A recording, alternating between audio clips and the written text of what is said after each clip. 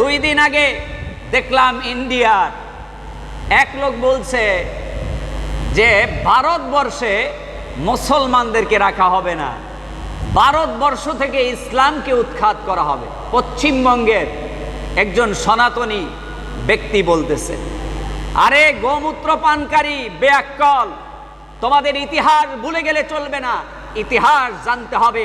আজ থেকে 1500 বছর আগে মক্কার সেই আবু জাহেলরাও বলেছিল আরবের এই ভূখণ্ডে, আরবের এই দেশে, আমাদের এই দেশে মুহাম্মদ থাকতে পারবে না, মুহাম্মাদের ইসলাম থাকতে পারবে না, মুহাম্মদকে আমরা উৎখাত করব, ইসলামকে উৎখাত করব।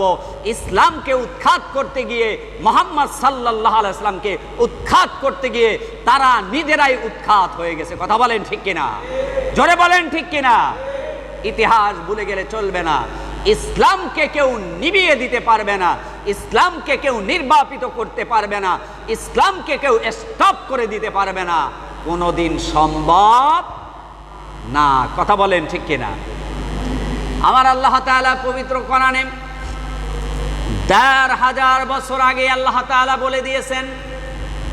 আল্লাহ তাআলা পবিত্র কোরআনের সূরা সফের 8 নম্বর আয়াতের মধ্যে রব্বুল আলামিন স্পষ্ট করে বলে দিয়েছেন, ইউরিদুনা লিইউতফিউ নূরাল্লাহি বিআফওয়াহিহিম ওয়াল্লাহু মুতিম্মু নূরিহি ওয়ালাউ কারিহাল কাফিরুন।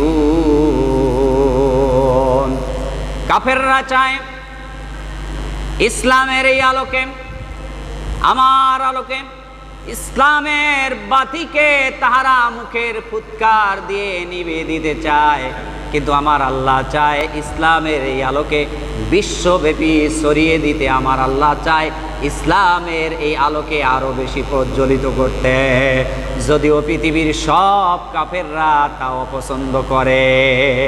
কথা বলেন ঠিক কিনা? আমার আল্লাহ কি চায়? আল্লাহ কি চায়? আমার আল্লাহ চায় ইসলামের আলোকে বিস্তার করতে, পৃথিবীব্যাপী ছড়িয়ে দিতে। কথা বলেন ঠিক কিনা? এতে কাফেররা যতই অপছন্দ করুক না কেন, ইসলামের আলোকে কেউ নিভিয়ে দিতে পারবে না। কথা বলেন ঠিক কিনা?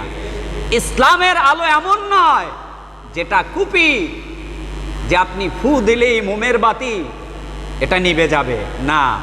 ইসলামের এই বাতি এমন বাতি, যেই বাতির সুইচ স্বয়ং আল্লাহ রাব্বুল আলামিনের হাতে। আল্লাহ তাআলা এই বাতি সুইচ অন করেছেন, আল্লাহ ছাড়া পৃথিবীতে আর কারো শক্তি নাই ইসলামের এই বাতিকে নির্বাপিত করে দেবে, স্টপ করে দেবে, বন্ধ করে দেবে। এই দুঃসাহস পৃথিবীতে কেউ দেখাতে পারবে না। কথা বলেন ঠিক কিনা? পারবে? পারবে? কথা বলেন, পারবে না, কখনো সম্ভব না।